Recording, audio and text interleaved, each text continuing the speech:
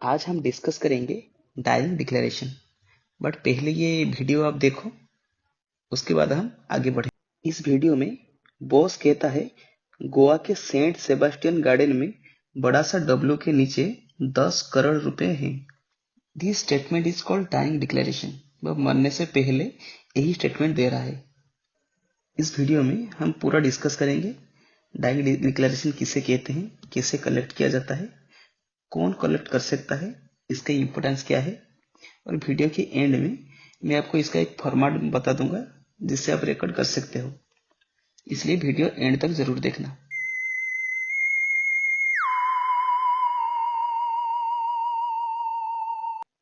Dying declaration is a written और oral statement. ये कब दिया जाता है? जब एक आदमी डेथ के करीब हो, डेथ इज इमिनेंट, और किसके बारे में बात कर रहा हो, उसके कॉज ऑफ डेथ और उसका सर्कमस्टेंस ऑफ डेथ के बारे में ही बात करता हो, उसी को कहते हैं डाइंग डिक्लेरेशन। सेक्शन 26 भारतीय साक्ष्य अधिनियम डील्स विथ डाइंग डिक्लेरेशन। पहले ये सेक्शन 32 इंडियन एविडेंस एक्ट के अंदर आता था। कौन सी कंडीशन में डाइंग डिक्लेरेशन दिया जा सकता है? सुइसाइड हो गया, होमिसाइड हो गया, और एक्सीडेंट केस में भी डाइंग डिक्लेरेशन दिया जा सकता है। डाइंग डिक्लेरेशन का इंपोर्टेंस आप इसी बात से समझ सकते हो। ये सुप्रीम कोर्ट का एक जजमेंट है। Conviction can be solely based on dying declaration if it inspires confidence.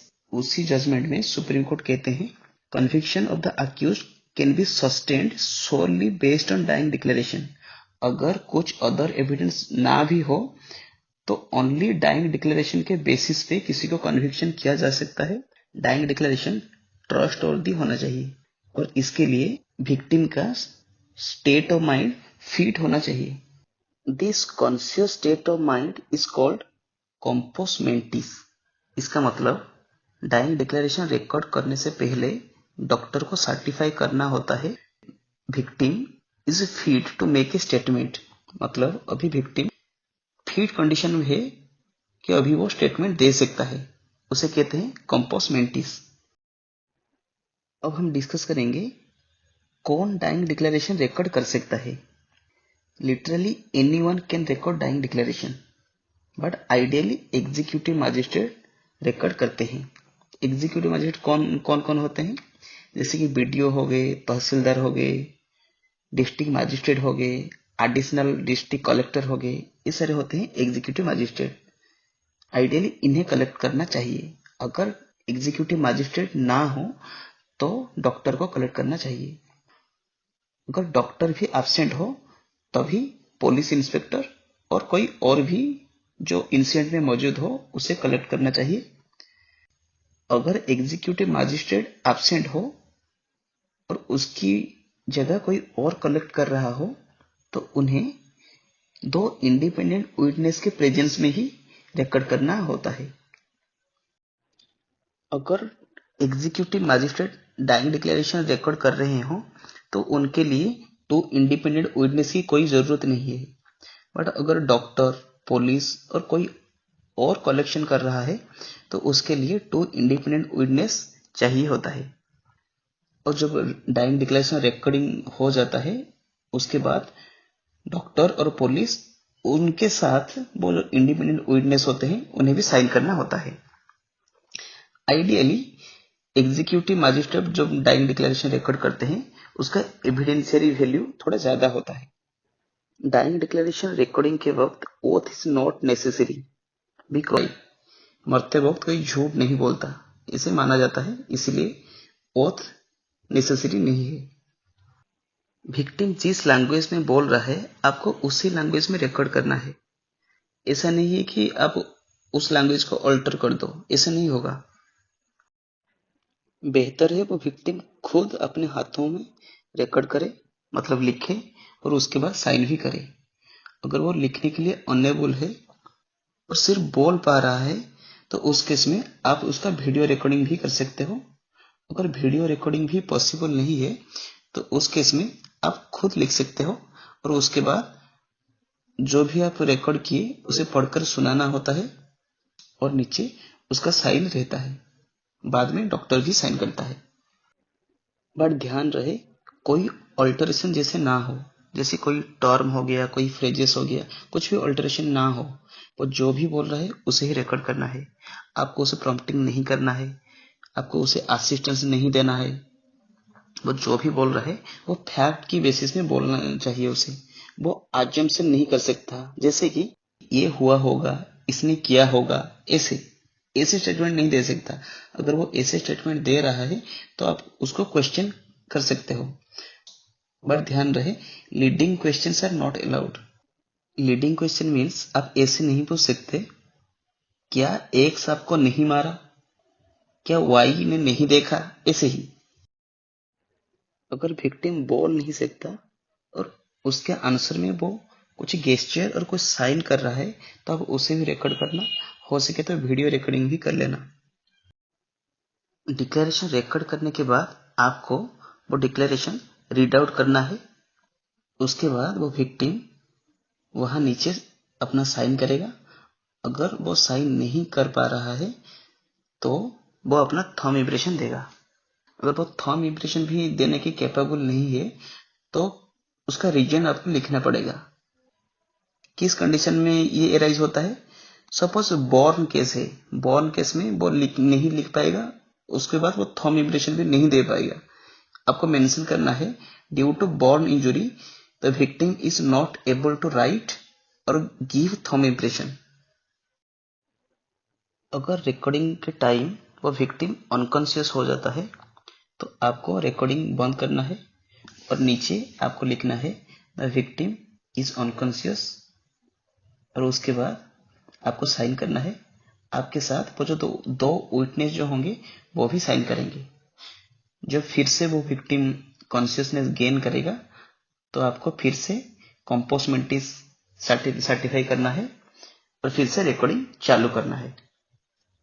अगर during recording the victim dies, अगर रिकॉर्डिंग के टाइम वो विक्टिम मर जाता है तो आपको वहां पर लिखना है the victim died during the recording. उसके बाद टाइम भी मेंशन करना है वहां पर और आपको साइन करना है। आपके साथ वो जो दो विटनेस होंगे वो भी साइन करेंगे। अगर जितना भी आप रिकॉर्ड किए हो उसमें सफिशिएंटली आइडेंटिफाई हो रहा है अक्यूज्ड कौन है तो वो कोर्ट में एडमिसिबल होगा। डाइंग डिक्लेरेशन देने के लिए कोई एज लिमिट नहीं है, इसलिए कोई माइनर भी डाइंग डिक्लेरेशन दे सकता है और वो कोर्ट में एडमिसिबल होता है। डाइंग डिक्लेरेशन रिकॉर्ड हो जाने के बाद आपको वो रिकॉर्डिंग को कवर करना है और उसे मजिस्ट्रेट के पास भेजना है। डाइंग डिक्लेरेशन रिकॉर्डिंग हो जाने के बाद अगर वो विक्टिम सर्वाइव करता है तो क्या होता है? उस केस में वो declaration is not admissible in court. अगर डिक्लेरेशन देने के बाद विक्टिम का डेथ हो जाएगा तो वो कोर्ट में एडमिसिबल होगा। अगर देने के बाद वो विक्टिम सर्वाइव कर गया तो वो कोर्ट में एडमिसिबल नहीं होगा। विक्टिम को कोर्ट जाना पड़ेगा, वहां पर क्रॉस एग्जामिनेशन को फेस करना पड़ेगा। उसके बाद वो जो भी स्टेटमेंट देगा वो एडमिसिबल होगा। लेकिन जो डाइंग डिक्लेरेशन है उसे कोरोबोरेटिव एविडेंस के तौर पे यूज किया जाएगा कोर्ट में। ड्यूरिंग ट्रायल वो डॉक्टर और पुलिस और जो भी वो डिक्लेरेशन रिकॉर्ड किया है उसे प्रेजेंट रहना पड़ेगा और वो फैक्ट को सर्टिफाई करना पड़ेगा वहां पर। डाइंग डिक्लेरेशन रिकॉर्ड करने के लिए कोई प्रेस्क्राइब्ड फॉर्मेट नहीं है। मैंने ये जो फॉर्मेट आपको दिख रहा है मैं ये खुद बनाया है। अगर आपको ठीक लगे तो आप ये यूज कर सकते हो। पहले मैंने क्या कहा, पहले आपको कंपोस्ट मेंटी सर्टिफाई करना है। इसके लिए आपको कुछ हेडिंग लिखना है, जैसे केस नंबर क्या था, नेम एज क्या था डिक्लेरेंट का, मतलब विक्टिम का नेम क्या था, उसका एड्रेस क्या था, डेट एंड टाइम, जिस वक्त आप रिकॉर्ड कर रहे हो वो टाइम और डेट क्या था, कहाँ पर रिकॉर्डिंग कर रहे हो वो प्लेस उसे लिखना है। उसके बाद वो विक्टिम कॉन्शियस ओरिएंटेड है या नहीं है, टाइम प्लेस और पर्सन को पहचानता है या नहीं। उसके बाद उसका वाइटल्स क्या था उसे लिखना है। जीसीएस अगर हेड इंजरी हुआ है तो उसका जीसीएस क्या था, ये सब लिखना है। उसके बाद आपको लिखना है I am certifying that the declarant is in compos mentis state to give his or her dying declaration. Then आपको वहां पर आपको सिग्नेचर करना है। ये तो हो गया कंपोजमेंटरी सर्टिफिकेशन। उसके बाद प्रॉपर डाइंग डिक्लेरेशन रिकॉर्ड करना है। उसमें भी पहले आप लिखोगे केस रेफरेंस क्या है, नेम एज क्या है, एड्रेस क्या है, डेट टाइम प्लेस, ये सारे लिखोगे। उसके बाद अगर वो खुद कुछ स्टेटमेंट दे रहा है तो आप लिख सकते हो, नहीं तो आप क्वेश्चन आंसर के फॉर्मेट में भी लिख सकते हो। जैसे कि आप पूछ सकते हो आपका नाम क्या है, आपका पिताजी का नाम क्या है, आप कहाँ से हो, या अपने मर्जी से दे रहे हो या नहीं, आपको ये चोट कैसे लगी, किसने आपको इंजरी किया, क्या आप उसको जानते हैं, कैसे जानते हो, किस वेपन से हुआ। जो भी मैंने यहाँ पर लिखा है आप वैसे ही आपको उसे पूछ सकते हो।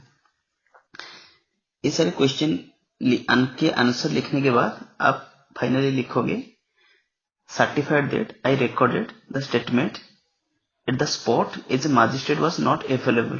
The statement is voluntarily made by the declarant. The statement has been read over to the declarant and his or her signature has been obtained in presence of witness.